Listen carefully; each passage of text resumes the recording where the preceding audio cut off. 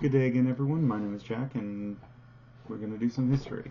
So, in order to start, we're going to jump back in time to about 5500 BCE, which is about 7,500 years ago, in between the Tigris and the Euphrates in modern-day Iraq.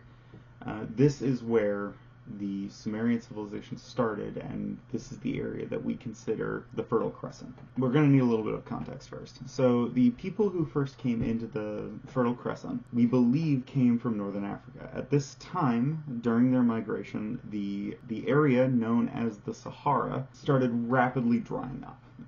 Just before this point, period of about 10,000 years, the Sahara was indeed green. It was, kind of a lush, fertile grassland, and it just gradually started to dry up over those 10,000 years. In between the Tigris and the Euphrates, we find the cities of Uruk, Jembek Nasr, and Eridu, as well as quite a few more cities of varying size. And this is the foundation of the Sumerian civilization. So, interestingly enough, even though the Sumerians were instrumental in the founding of Middle Eastern culture, they didn't really hold a whole lot of land at the time, at least not by our standards. Their territory stretched from the northern shore of the Persian Gulf to modern-day Baghdad in central Iraq. So not a whole lot of land area. That being said, they did have quite a few very influential inventions and technologies that some we even still use to this day. For example, the Sumerians counted in base 60, right? Now, that sounds kind of interesting. There aren't really any languages that I know of today that still use a base 60 counting system, but we still use base 60 in terms of counting time, right? 60 minutes to an hour, 60 seconds to a minute, and 12 hours every half day, 24 hours a day, right? And obviously it was only 12, which is just a factor of 60 because sundials don't work at night. The sun's not out, so it doesn't really do anything. The Sumerians were also some of the first people to invent statecraft in their own way. Because of the way that their system worked, right, where they had a king and then a ruling class of priests that kind of just lorded over the entire population, each one of those city-states had a different monarchy. Each one of those city-states had a different set of priests, a different god they would follow, right? So they were all ruled slightly differently, which kind of makes them independent states. But they were all cities, so therefore city-states. But they were the civilization that we kind of see international trade happening, as well as trade within the same city. So both internal and external trade. And then they also developed writing. The Sumerians were one of only 5 civilizations in the ancient world that created their own writing system, based off of nothing, and theirs was called cuneiform. The others would be the Chinese Hanzi, Egyptian hieroglyphics, Mesoamerican Jaguar script, and the Rapa Nui language from Easter Island. It's pretty safe to say that the Sumerians were quite influential for their time, despite not having a whole lot of territory. So I mentioned cuneiform. Like I said before, cuneiform was a very early and independently derived form of writing that developed very, very early on in human history. We believe that it first started being written down in around 3100 BCE, about 5100 years ago, and it is so old, in fact, that it actually predates Egyptian hieroglyphics. So there has been some debate amongst experts as to whether or not the Sumerians influenced the Egyptians to create their own, but the Egyptians did it completely independently of the Sumerians. The two scripts are not related whatsoever. The word cuneiform is derived from the Latin words for wedge-shaped, or cuneum formum, and it was adapted for use for multiple languages throughout the late Stone Age and early Bronze Age periods, from Sumerian to Akkadian to Babylonian, Assyrian, Hittite, and even Persian. And the system was for logographies that were written using wet clay tablets pressed in with triangular styli. Even on this page you see here, the first word at the top, it means writing, but it's not actually in Sumerian, it's in Old Babylonian, as are the 3 stars down at the bottom, which just translate to star. So the Sumerian civilization wasn't one long, continuous, static thing. It went through phases. It went through a lot of different changes through its 3,230-year life, beginning with the original settlement of the region between 5500 BCE and 3300 BCE, and lasting until it was conquered by the Akkadian Empire around 2270 BCE. So, a very long time. The first well-documented period of the Sumerians was the Uruk period, from about 4000 to 30, also known as the Proto-Literate period. This happened before the standardization of cuneiform, so we don't really have a whole lot of written documentation about this period.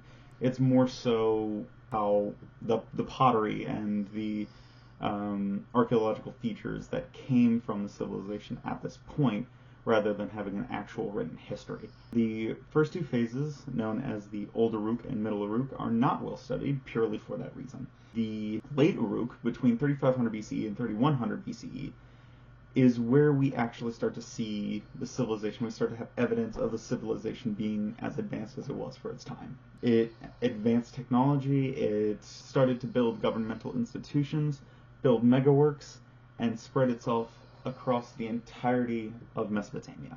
Right? From around 3100 BCE to about 3000 BCE, the Uruk culture began to decline, as it was followed by the Jemdet Nasr period. Now, the Jemdet Nasr period, there is some archaeological debate as to whether or not the Jemdet Nasr period is actually different from the late Uruk period, but we start to see a transition to the early dynastic period after the late Uruk, and that transition period is what we call the Jemdet Nasr period, from about 3000 to about 2950 BCE. And in this transition period, we start to see like kind of the diversification of a lot of these different states and how they grew apart from each other, but still stayed kind of having their own separate identity as a whole, but each state had its own like separate identity as well.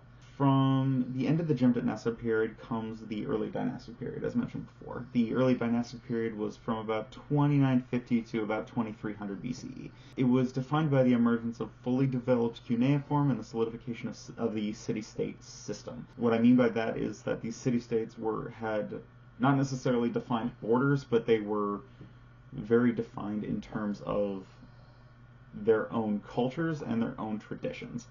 During this time, all these city-states had their own like laws and governments and kings, but they still kind of followed the same overall mesh, if you want to think of it like that. Think of like the Greeks and all their city-states, right? They had several city-states with several different forms of government, but they were all Greek.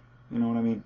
The early dynastic period was defined by a multitude of different dynasties in the area, but of course, because it wasn't one fully interconnected system, they weren't all the same king. So there's a lot of overlap when I talk about this. You have the first Kish and first Uruk. The first Uruk is interesting because it is where we believe that the epic hero Gilgamesh ruled from between 2900 to 2500 BCE. The first Ur came in around 2700 BCE and left about 2300 BCE. The second Uruk and first Lagash came around at around 2500 BCE and ended around 2350 BCE. The third Kish ruled from about 2400 BCE to about 2350 BCE, so only about 50 years. Ada ruled around 2350 BCE, and the third Uruk ruled from 2350 BCE to about 2300 BCE. Again, only about 50 years. So those last few were not very long, but the reason for that was because King Sargon of Akkad then came in and took over the Sumerian homeland around 2270 BCE.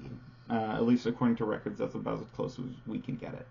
And the Akkadian Empire, ruled by King Sargon, was what we believe to be the first fully fledged empire. So they had each city-state had their own, but it was all under the same government, right? Like, you can think kind of like each city had its own king, which acted as a governor, but the governors were all subservient to the king in the capital. That is what we would call an empire. Now, the Sumerian culture would be pervasive throughout the rest of the late Stone Age and Bronze Age, all the way up until about the 2nd century AD, and that's when we finally start to see that cuneiform is no longer really used. But the Sumerian civilization then influenced a multitude of other civilizations in the area, from the Akkadians to the Babylonians to the Assyrians, the Hittites, and even the Persians. Because they were the first civilization, they were kind of seen as the grandfather to all of the civilizations in the Middle East, and by extension, the civilizations of the Western world. All of it started in the Fertile Crescent. Now, obviously in the East, you have the, Xia dynasty in China, and you have the Proto-Mayans and the Olmecs in Mesoamerica, and you even have the Egyptians, which came around a little bit later than the Sumerians, but honestly not much later, that are also seen as the grandfathers of civilization, as well as the Indus River Valley civilization and Norte Chico, which were in India and South America, respectively. But yeah, that kind of ends my crash course on the Sumerian civilization. We did talk about quite a bit, but unfortunately there's only so much that I can put into a 10-minute video, and even for an app like this, it's still pretty long, so I apologize for that. If you made it to the end, I thank you for continuing to watch. I hope you guys have a fantastic day, or night, or morning, or whenever it might be that you're watching this, and I will see you in the next lesson. Jack out.